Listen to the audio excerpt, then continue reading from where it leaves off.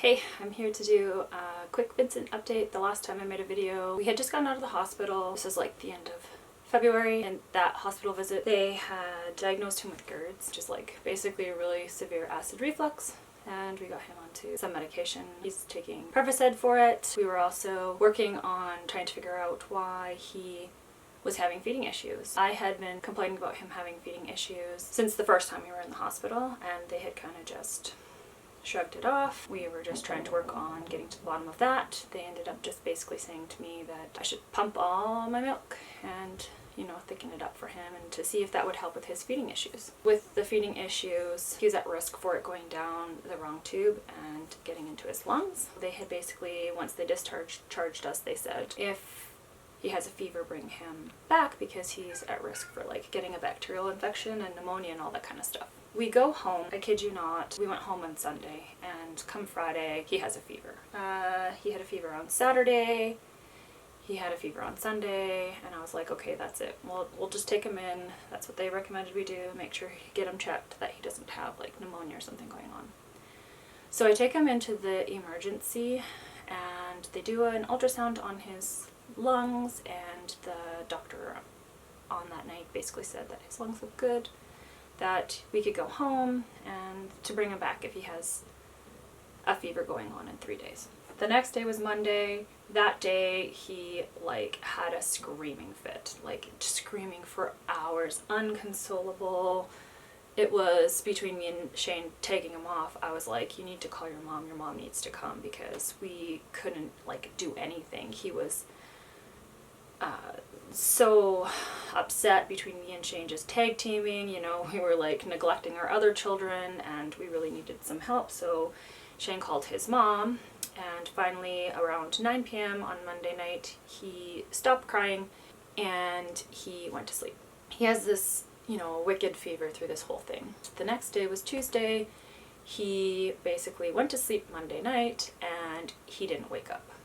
He wasn't waking up to eat. He, would briefly open his eyes, and then it would be right back to sleep. And that happened all through the entire day, except I started to notice, because he wasn't eating, that he didn't have any wet diapers.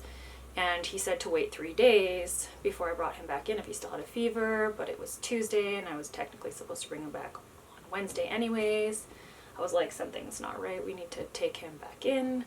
So Tuesday night I took him back into the ER, and I'm like, he's not eating, he's not waking up. I don't know what's going on with this kid. Are we sure he doesn't have pneumonia or something in his lungs? So they sent him for a chest x-ray. Then the doctor came in, they gave him Tylenol. They were able to get his fever down from 104, 103, 104 down to 101. And the doctor that was on that night comes in and he says, his lung x-rays look clear, go home, bring him back in 3 days if he still has a fever. So we take him home and he's still not waking up. It's the next day at 10, Wednesday at 10 in the morning, I get a phone call from my pediatrician, and she says, hey, how's Vince doing? And I said, well, not good. He's really sick. He hasn't woken up. He's not eating. They keep, we've been to the ER twice now. They keep saying, go home and bring him back if he still has a fever in 3 more days. And she's like, well, you need to bring Vince back because there's something on his chest x-ray. And I'm like, well, what do you mean there's something on his chest x-ray? Because the person last night told me that his chest x-ray looked fine. So we had to go back to the ER for the 3rd time because they needed to run blood work to rule out that whatever they found on the chest x-ray was not bronchitis or pneumonia. Sorry, the kitties are messing around. They did blood work on him and urine and all that kind of stuff, and they found that he was showing that he was, dehydrated. Obviously, I told them that he hadn't had any wet diapers and that he wasn't eating. His fever was so bad, he was so sweaty and so clammy that they tried to put the IV into his foot, and they were unsuccessful in that. So then they tried to put the IV in his hand. They did the one hand first, and they weren't successful, so they tried to do the other one. They did 2 times. But every time that they would put the needle into his hands were so sweaty and clammy that it would just they couldn't get the stuff to stick to him, basically, because he was just so what happened when they finally did get the needle in, they were taping it on, and they go to put the cup on, and all of a sudden the cup starts filling up with blood, and I was like, oh my gosh, it was super scary. And they like rushed to take it off of him, and they're like, okay, well, we can't seem to give this kid an IV. They end up admitting us to upstairs, and that's when they kind of suggested that he needed an NG tube. And for anybody that doesn't know what an NG tube is, it's basically the tube that goes like in through the nose and it goes down to the stomach so that they could flush out his system. Basically, I wasn't allowed to feed him any breast milk or nurse or anything like that for 24 hours while they were going to flush out his system and rehydrate him and see what was going on, because on top of him not nursing, having a high fever, and not waking up, he was also having like severe diarrhea, and it was a very strange color. They sent him off for more blood work, did a bunch of testing, even sent away his poop and his pee to test to see if they could figure out if it was, you know, some kind of viral or whatever infection. They never ended up figuring out what he had. Results showed that it wasn't a bacterial infection, so they were able to rule out that he didn't have pneumonia, and they kept him on the NG tube for the 24 hours. And finally, it was like day 3, he finally kind of roused up a bit. He roused up enough that I was able to start feeding him through a bottle. They said that they would keep the NG tube on him until he had another 24 hours that showed that he was alert enough to be able to self-feed before they wanted to take out the NG tube. This is Thursday.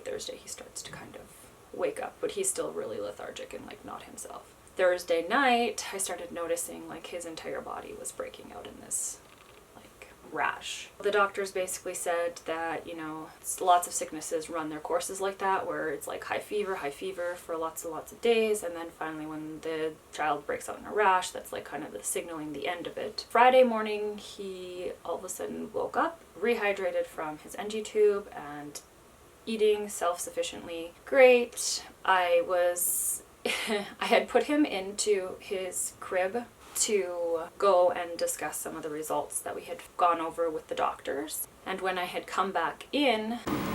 You just ripped out your own NG tube, dude. I hope there wasn't anything that was on the end of that that's like in your stomach now. I don't know how this works, but hopefully it's not a big deal. I can't leave you for 3 seconds, can I? Clearly he must have been feeling a lot better for him to be able to do that, and we were able to be released. Well, that was hospital stay number 3. Here comes the rant part. This kind of back and forth stuff with doctors has been going on since I was like 26 weeks pregnant.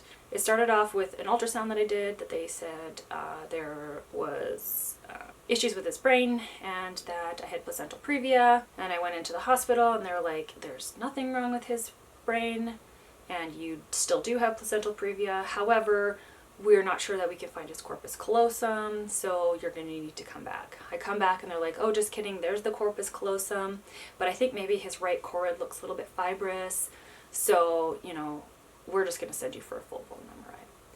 Go for a full-blown MRI, they're like, just kidding, everything looks great and nothing's wrong, and we're in the hospital. I go get his eyes checked, and they're like, there's nothing wrong with his eyes. I get a second opinion, and it's just like, just kidding, there's actually something wrong with his eyes.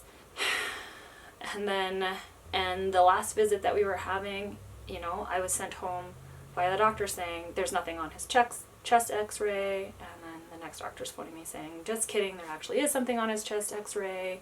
I'm not even listing all of the things. It goes on and on and on, where I keep getting 2 different answers. It's super frustrating because, like, I'm like questioning, do any of them even know what the heck they're doing? Like, how is it that it's so, everyone's so confused, it's so different. I think to myself, these guys are experts, you know, I don't have to question or know what's going on, and I just, you know, I'm not the expert. I mean, don't get me wrong, I'm starting to become one out of necessity, because I would think in my mind, as a doctor, you would run like this. There's something wrong. Let's go with the most common and the most easiest solution things, rule those out, and then go through with the more, invasive things. And they've done some really invasive testing. Like, this kid has been through so much testing, you wouldn't even believe it. Like, I'm talking MRIs. He has had his entire body x-rayed. He's had his entire body ultrasound, like his heart, you name it. He's been through it. It's been really hard on him. Like, it's been really hard on us as a family. We've spent almost an entire month in the hospital. Everything keeps coming back, fine or negative or whatever. And, he's showing up with a bunch of the most common, most simple solutions, like acid reflux. That's a huge, easy one. Like, why did the kid need to, and same with his eyes, simple solution. And he's still having, the feeding issues. I was talking with Bailey about feeding issues and stuff like that, and she had basically said, was he checked for tongue ties, lip ties, and all that kind of stuff? And I was like, well, I think they checked his tongue, but I don't know. She's like, well, you could take him to a pediatric dentist and they would be able to tell you whether he has any of those things, because they can cause a lot of feeding issues and they're easily addressable. Well, this week I took him into the pediatric dentist, and surprise, surprise, he has a very severe lip tie on the top of his lip. I was like, oh my gosh. I have been complaining about him having feeding issues. He was doing things like, being fussy at the breast, latching on and off, choking, sputtering, all those kinds of things. Basically, if you look up lip tie and Google symptoms of lip tie, it shows everything he was doing. And I'm thinking to myself, why the heck did they not check to see if he had a lip tie? And I didn't think, oh yeah, I should check him for a lip tie, because I'm, again, not the expert. But now here's the thing about his lip tie. It's not just a little lip tie, it is severe. And not only does he have a lip tie here, but he has 2 more lip ties along here. Not only do lip ties affect your ability to feed, but one of the things that I was complaining about when we first went into the hospital and he was 3 months old, I was like, he's not babbling, he's not, doing the same kind of stuff as my other kids were doing. It makes so much sense now. Tell me, how do you speak without using your upper lip? You really don't. I mean, it's a huge, especially when I fed him with a bottle. I thought it was strange. When you feed a baby with a bottle, normally you see their lips out and they're sucking on the nipple. His upper lip, it used to always curl in and the edges kind of came out. He was trying to suck, but he could, I don't know. I always thought it was strange. And now it all makes sense, because his lip is physically stuck there. He can't make the same suck as a baby that doesn't have a lip tie. We are waiting to hear back for surgery to get his lip tie taken care of. The thing that I learned about a lip tie is lip ties can actually affect the ocular movements for left and right, and you can test it on yourself. Immobilize your upper lip. Try and look left and right, and you will feel that it is so much harder. You can feel the pull when your mandible is basically immobilized. We just got the results from the last round of genetic testings, and surprise, surprise, they have shown normal. Ran through a lot of extensive testing in genetics with him. The only thing left is to basically sequence his entire genome. That results is going to probably take at least 2 or 3 months. Ocular deviations and lip ties and acid reflux and all that kind of stuff. Neurotypical or non-neurotypical child, it doesn't really matter. All of those things on anyone is really going to affect how they present. It's just ridiculous. Anyways, he's even had an ENT to check the structure of his face, but not checked for a lip tie. Are you guys kidding me? You scope him. It's been a wild ride. I'm trying to do the best that I can as a parent to educate myself, to be okay, these are the things that I'm finding that are not going so well for him.